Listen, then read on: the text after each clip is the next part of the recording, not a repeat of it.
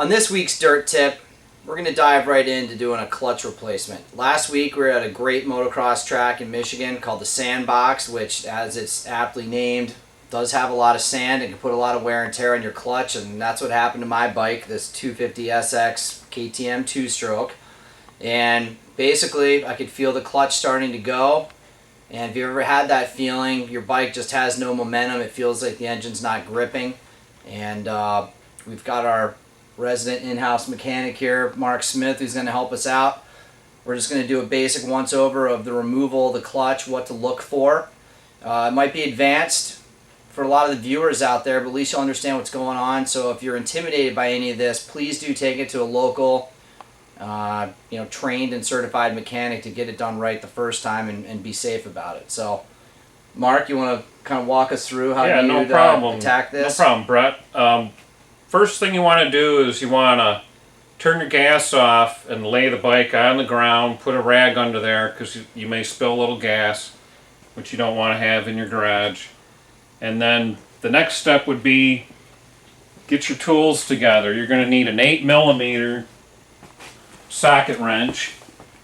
This is like a factory one that comes with the KTM toolkit.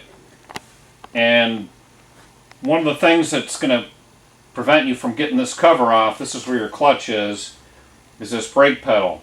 It's going to be in the way.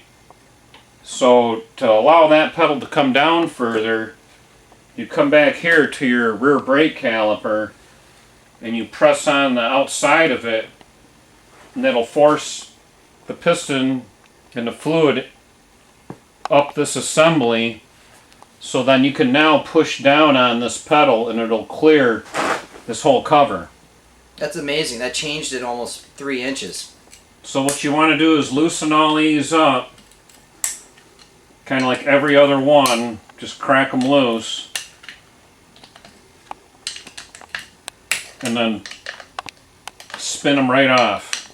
Okay, what we're going to do now is we're going to remove this cover. We got the lever pressed out of the way. We're lifting the cover off. We're kind of moving it off to the side. This is your clutch assembly. So the next step would be, same as we did with the outside cover. We're going to crack each one of these bolts right here. And these are your clutch springs that the bolts are holding in to this outside plate, which is called the pressure plate. So same thing, we're going to take all these, loosen all these up and remove these. Okay, now we're going to remove the clutch pressure plate. I've loosened all these up so they're loose. These are your bolts that hold your clutch springs in. So we can pull this assembly right off. It's real simple. We're looking here, making sure there's no broken pieces or anything.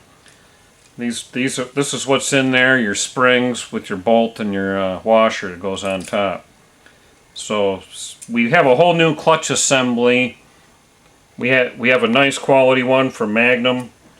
We're going to put it in here, replace this. We can tell now as soon as you get it out, you can smell. It smells like something burned, like oil and clutch plates.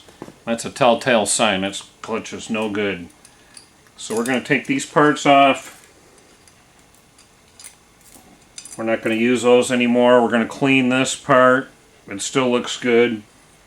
We're going to reuse these bolts. And these are the old springs. We don't need the old springs. We have new ones.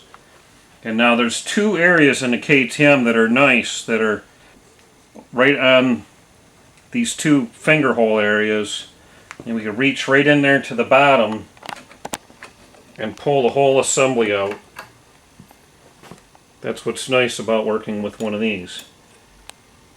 And now what we're going to do is just kind of look things over, making sure that along the edges here of this outside component, which is called the basket, that it's smooth along these edges and there's no broken parts. It looks like there's no broken parts. So the next step would be put in our new clutch. Now these are your fiber plates, and typically you'd soak these in oil for about 10 or 15 minutes before you'd put them in. But we're just going to show that you start out with a fiber plate. You put it in there.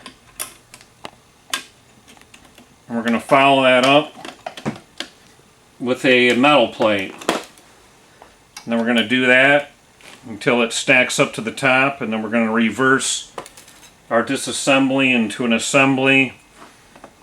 The pressure plate goes on, and then our new springs, and then we tighten each one up a little bit at a time until we get a not over torqued. Look in your manual, it'll tell you what the torque's supposed to be. Put our cover back on, put fresh oil in it, and you're pretty much good to go.